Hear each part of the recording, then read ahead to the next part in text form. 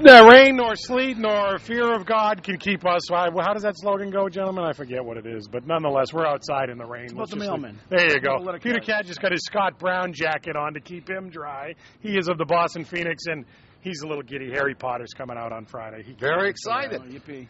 Cosmo Macero of O'Neill Associates. His kid's done with his Halloween candy. You're pretty excited. All those bitter honeys are gone. Oh, God, who gives out bitter honeys anymore? I got you here for one main reason, Cosmo. I want you to give me your microphone and demonstrate a pat-down on Peter Cadges. I beg your pardon. Well, let's talk airport security. He's opting out. He's opting out, which we're going to get to in a second. Is this invasive? Is this way too far, Cosmo, or is this the price of freedom and price of security? It's a big pain in the neck, and I guess it is invasive, but it is the price of freedom. Look, if you want to, let me disagree. It's not the price of freedom; it's the price of flying, and we can thank Middle East terrorists for all of this. Good point. It's the reality of flying today. You want a stress-free flight? Travel light. That's the best advice I can give you. Yeah, but that's not going to help you in the pat-down. No, well, the whole process of flying is really stressful. The less you bring with you on your person in a bag, the better off you are.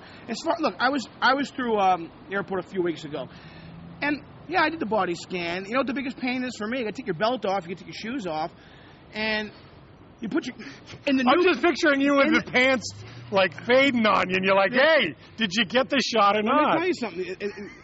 In the new body scan, it's not stand with your hands by your sides. It's put your hands over your head. Well, if your pants are fitting on you, you're hanging on tight. This is the best material you've brought to the heavy hitters in 7+ years, Cosmo. Actual airport crisis I had a couple of weeks ago. So I never thought a visual of you in a full body scanner would be something I'd want to conjure up, but I tell you, I'm enjoying it this morning. I'll take that over the pat down because the pat down is invasive. They were talking about a groin check in one of these news stories. You know what? Stand back, buddy. I'll take the scan. But it's the reality of if you wanna feel free to fly about the country, that's what you're gonna have to do. Peter, normally you're all about the groin check. How about at the airports? Is that too invasive? Yes, it is invasive, but I don't see how we avoid it. As I said before, we tend to forget that there was life, a much freer, easygoing life in this country before 9/11. And anyone who doubts that the threat of terrorism has not had an effect in this country need only travel, try to get into a tall office tower without identification. This is the price each and every one of us pay, or part of the price, for a terrorist threat.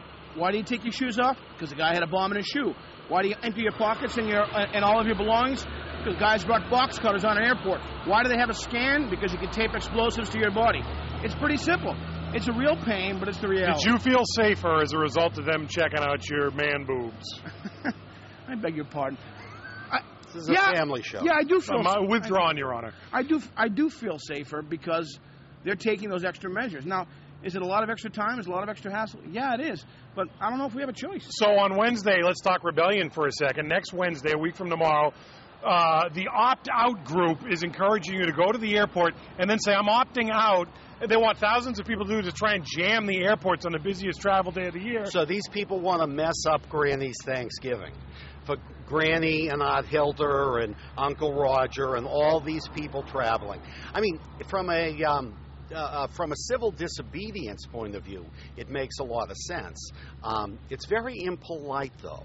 It's not.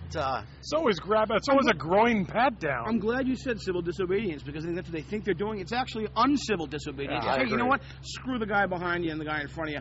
I'm standing here and making my point. If Cosmo can do it, you can do it. Get in there, raise the arms, and show them what you got. Hands over your head. Let's talk about whether you two are gentlemen or not. The story we touched on earlier. Prince William has gotten engaged. We all love the royal family here, of course. Here's my question for you. We are told in the release on this that he did indeed ask Kate Middleton's father for permission to marry his daughter. In the year 2010, Cosmo, are you cool with this, or is this an outdated 1640s Puritan tradition? I'm absolutely cool. I was cool with it 19 years ago when I did it, so yeah, I'm cool with it. I think it's an appropriate showing of respect for the bride's family. Why not? Did you ask the mother? I asked them both. Oh, well, okay. At least there's a little bit of consistency. Well, there. listen, I eloped. which I am fully in favor of. Cadgis gets the point. I think that's the best way to go. Did you get married in a convenience store? No. Tough to elope if you're Prince William. We eloped. Nevertheless, the night before, Sue's father had passed away by then, but I did call her mother, who was delighted. But no, I think it's important. Part of this is symbolic, but you don't just have two people joining together. You have two families coming together, and it's not only as limited as possible in most cases, though. Well, I don't know. I've had pretty good luck with my other family. I have to say I have had very good luck. Proper answer to give the week before Thanksgiving, gentlemen, on both counts. Otherwise, you may get a pat down at the in-laws' house on the way in.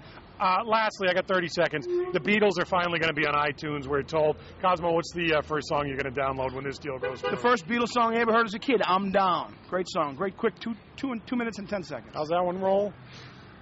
How's that one go? How can you laugh when you know I'm down? How can you laugh when you know I'm down? Well, in keeping John Lennon rolling over his grave. Back in the USSR. That's how I can go with that. In keeping with our aeronautics. And that gets back to Anna Chapman, the Russian spy. Very good. See, it all comes full circle, Cosmo. Beautiful. Now, if Anna Chapman was working the full body scanner, would you opt out? I might not. Yeah, see, now we're thinking here. Cosmo, no, I might opt out of the body scan for the pat down. We know you might. Yeah. Cosmo, now you're in trouble with the in-laws. Cosmo Macero, Vanille Associates, Peter Cadgis, the Boston Phoenix. They're the hitters. It's raining.